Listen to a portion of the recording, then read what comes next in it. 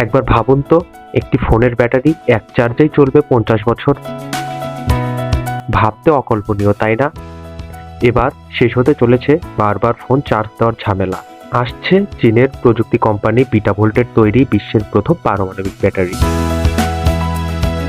প্রতিষ্ঠানটির দাবি, কোনো চার্জ ছাড়াই এই ব্যাটারি ব্যবহার করা যাবে টানা 50 বছর।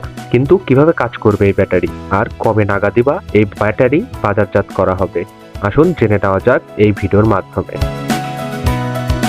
ফোনের ব্যাটারি নিয়ে ঝামেলা এ যেন আমাদের খুব সাধারণ এক ব্যাপার, তবে আর চিন্তা নেই, এই ঝামেলা থেকে মুক্তি মিলছে খুব দ্রুতই। একবার চার্জ দিলে 1-2 বছর নয়, টানা 50 বছর চলবে অনায়াসে। পারমাণবিক শক্তি ব্যবহার করে এমনই এক পারমাণবিক ব্যাটারি তৈরি করতে সক্ষম হয়েছেন বেইজিং ভিত্তিক কোম্পানি বিটাভোল্ট। এমন উদ্ভাবন বিশ্বে প্রথমবারই হয়েছে।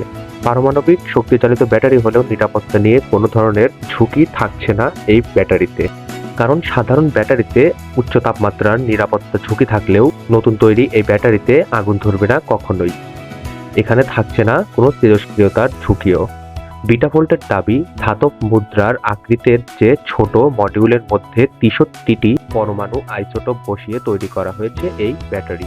একটি বিজ্ঞাপনে বলা হয়েছে, বিটাভোল্ট পারমাণবিক শক্তির ব্যাটারিগুলো মহাকাশ, এআই সরঞ্জাম, মাইক্রোপ্রসেসর, উন্নত সেন্সর, ছোট ড্রোন ও মাইক্রো রোবটের মতো যন্ত্রে বিদ্যুতের চাহিদা মেটাতে সক্ষম হবে।